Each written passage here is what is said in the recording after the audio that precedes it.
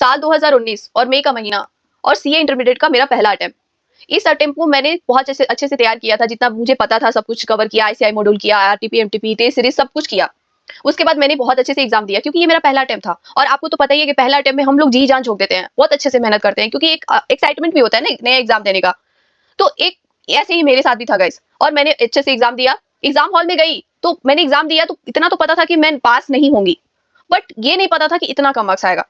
जब मेरा रिजल्ट आया तो मैं रिजल्ट देखने के लिए भी एक्साइटेड थी, क्योंकि इतना पता था कि चलो फेल हो गई कोई बात नहीं, बट मार्क्स तो देखते हैं कैसे कैसे आया, कितना मैंने परफॉर्मेंस किया है, क्या गलती की है, सब कुछ देखने के लिए मैं एक्साइटेड थी। जब रिजल्ट आया और मैंने देखा इतना कम मार्क्स, लिटरली मैंने ये बात अपनी फैमिली में भी किसी को नहीं बताया कि मेरे इतने कम मार्क्स आए। मैंने बताया, मैंने झूठ बोल दिया कि मेरे 100 मार्क्स आए। इतना ही शर्म आ रही थी, बट मुझे तो पता था ना कि मेरे कितने कम मार्क्स आए हैं।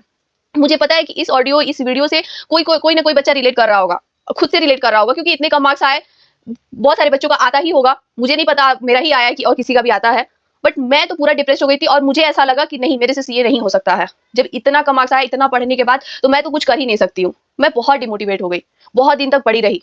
बट पड़े रहने से क्या ही होता है। मैंने एक दिन सोचा कि आखिर मैंने गलती क्या की है, उस गलती को देखते हैं कि ठीक है, मैं अपने आप को ये सेटिस्फाइड कर दी कि हाँ मैंने पढ़ा, बहुत अच्छे से पढ़ा, बट किस तरीके से पढ़ा, इस चीज को मैंने सोचना शुरू कर दिया कि मैंने कैसे पढ़ा, मैंने कहाँ से देख के पढ़ा, कैसे क्या किया।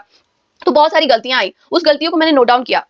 तो इस गलती से आप लोग भी सीख सकते हो। देखो, इसमें ये नहीं है कि मैं एज अ टीचर आपको बता रही हूँ, मैं एज अ फ्रेंड, आप लोग अगर जूनियर हैं, आप लोग पढ़ रहे हैं, तो क्या क्या चीजें नहीं करनी, क्योंकि हमारे आज की डेट में डिस्ट्रैक्शन बहुत हो गया। डिस्ट्रैक्शन सिर्फ और सिर्फ हम ये रील्स देखने के लिए नहीं बोल रहे हैं, डिस्ट्रैक्शन हमारी पढ़ाई में भी हो चुकी है। क्योंकि हम लोग यूट्यूब ओपन करते हैं तो बहुत सारी चीजें आती है, क्लासेस चलते हैं, मैराथन क्लासेस चलते हैं, और टिप्स एंड ट्रिक्स बताए जाते हैं, इंपॉर्टेंट क्वेश्चन बताए जाते हैं, जो सब लोग कर रहे हैं। ठीक है, तो ये सारी चीजें मैं भी कर रही थी। मुझे ऐसा लग रहा था, मैंने कहीं वीडियो देखा। अब यहाँ से मेरी स्टोरी शुरू होती है।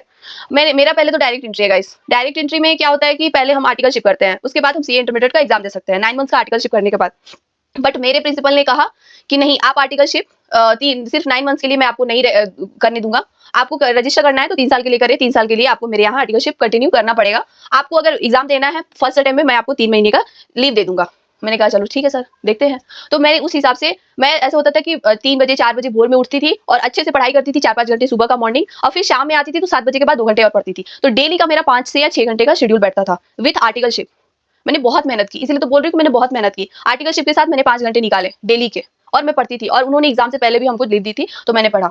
तो आप लोग सोच रहे होंगे कि इसने क्या ही पढ़ा होगा कि 5-5 घंटे डेली पढ़ने के बाद भी कुछ नहीं हुआ इसका, मतलब इतने कम मार्क्स। तो वही तो मैं भी शौक दी, मैं फुल्ली डिप्रेस थी।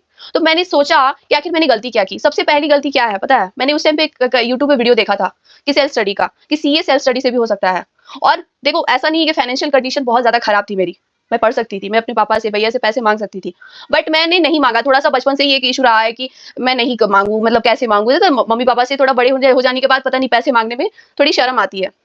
तो मैंने जब सीए करने को डिसाइड किया ना, तो ऐसा लगा कि छोड़ो, कर लेते हैं, खुद से ही कर लेते हैं। क्योंकि एक वीडियो मैंने देखा था कि सेल्फ स्टडी से कोई बच्चा सीए बन गया था, तो मैं इस वजह से सीए में एंटर किया और सेल्फ स्टडी के लिए ही सोचा। बहुत सारे मेरे सीनियर जो थे, हम आर्टिकलशिप करने जाते थे, तो बहुत सारे सीनियर ने पूछा कोचिंग कर रही हो, कोचिंग कर रही हो? तो मैं झूठ बोल रही थी कि हाँ मैं कर रही हूँ, बट मैं एक्चुअली में करती नहीं थी, मैं यूट्यूब से पढ़ती थी।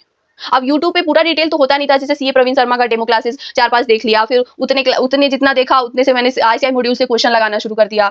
मतलब ऐसे ऐसे मैराथन क्लासेस देख लिया, फिर उसके बाद सीए मॉड्यूल में जाके मैं पढ़ती थी। लिटरली मैं बोल रही हूँ ना कि इतना करती थी मैं, मेहनत तो करती ही थी, बट वो राइट वे नहीं था।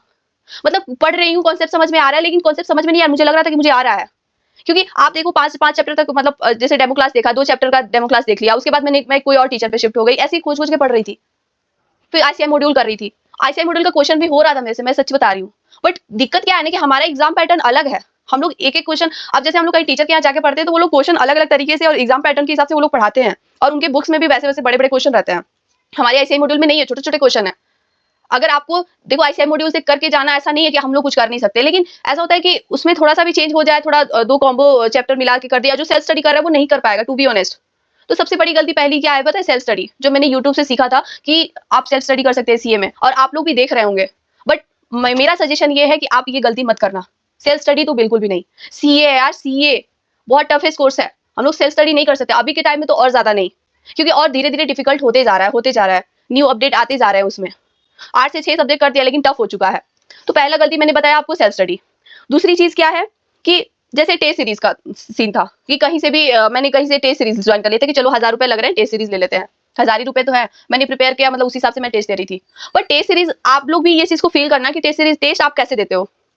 मतलब हम लोग जब घर पे टेस्ट देते हैं तो एक तो टाइम बाउंडेशन नहीं रहता हमारे, तो जैसे एग्जाम की तरह 3 घंटे में करके देना ही है, हम लोग थोड़ा टाइम ज्यादा भी ले लेते हैं, इधर उधर घूम रहे हैं, अच्छे से दे रहे हैं, कहीं कहीं से देख भी लिया, कुछ ना कुछ करते रहते हैं मतलब थोड़ा सा ये रहता है कि मेरे टेस्ट में अच्छे मार्क्स आए। ऑनेस्टी तरीके से हम लोग नहीं देते हैं उस चीज को।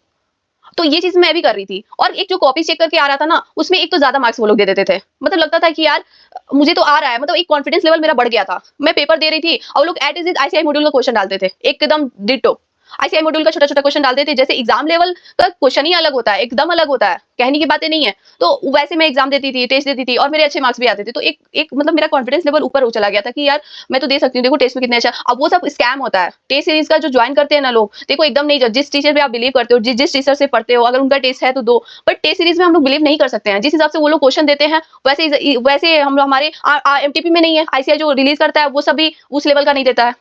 तो हम ऐसे टेस्ट सीरीज पे क्या ही बिलीव करें, है ना। तो एक तो टेस्ट सीरीज का सीन था कि मतलब थोड़ा सा गलत सलत वो लोग पूरा अच्छे से मार्क्स देते थे, तो कॉन्फिडेंस लेवल बढ़ जाता था कि यार मेरे टेस्ट में तो अच्छे नंबर मार्क्स आ रहे हैं, तो उसमें तो जरूर आएंगे। फिर तीसरी चीज क्या है, ये जो मैराथन लेक्चर हम लोग देखते हैं एग्जाम टाइम में, ये सबसे बड़ी गलती है, सबसे बड़ी गलती है। मैंने ऐसे ही किया था, मेरा एग्जाम टाइम में मैराथन लेक्चर देख देख के अपना टाइम बर्बाद किया था मैंने, बिल्कुल भी। क्योंकि आप देखो 12-12 घंटे 14-14 घंटे के मैराथन क्लासेस होते हैं। आप 12-12 14-14 घंटे अगर सेल्फ स्टडी करो बैठ के, तो आपका इतने अच्छे से पेपर मतलब तैयार होगा। ठीक है कम होगा, ज्यादा नहीं करेंगे, कम करेंगे। आप ये समझो कि हम लोग को कॉन्सेप्ट सब कुछ आता रहता है, लेकिन हम लोग लिख नहीं पाते हैं। लैक ऑफ क्या कहाँ होता है, हम लोग लिख नहीं पाते, 3 घंटे में हम लोग पेपर कवर नहीं कर पाते हैं। तो यहाँ सिचुएशन ये नहीं है कि कॉन्सेप्ट क्लियर करना है, कॉन्सेप्ट क्लियर करने का टाइम एग्जाम टाइम नहीं होता है। और हमारे मैराथन में क्या किया जाता है, मैराथन में सिर्फ और सिर्फ हमको कॉन्सेप्ट समझाया जाता है। तो एग्जाम टाइम में आई रेकमेंड कि एग्जाम टाइम में हम लोग मैराथन बिल्कुल ना देखें, बिल्कुल भी नहीं। क्योंकि हमको वो जीरो काम आए, मतलब उसको देख के आप हम बता तो रहे हैं कि बहुत कम मार्क्स लेके आओगे, कुछ नहीं लिख के आएंगे। क्योंकि हमारा जो भी लिखने का तरीका, जो भी चीजें हमने प्रैक्टिस नहीं की है, तो मैराथन लेक्चर कितना भी कॉन्सेप्ट अच्छा हो, हम लोग लिख के नहीं आ सकते हैं। ये रियलिटी है। तो एक और गलती था, मैराथन लेक्चर मतलब मैं देखती थी बहुत ज्यादा, मतलब बहुत ज्यादा टाइम स्पेंड में होता था ना कि दिन भर पढ़ रही हूँ, और वो पढ़ाई मेरा कहाँ जा रहा है, ऑनलाइन यूट्यूब पे बैठ के पढ़ रही हूँ।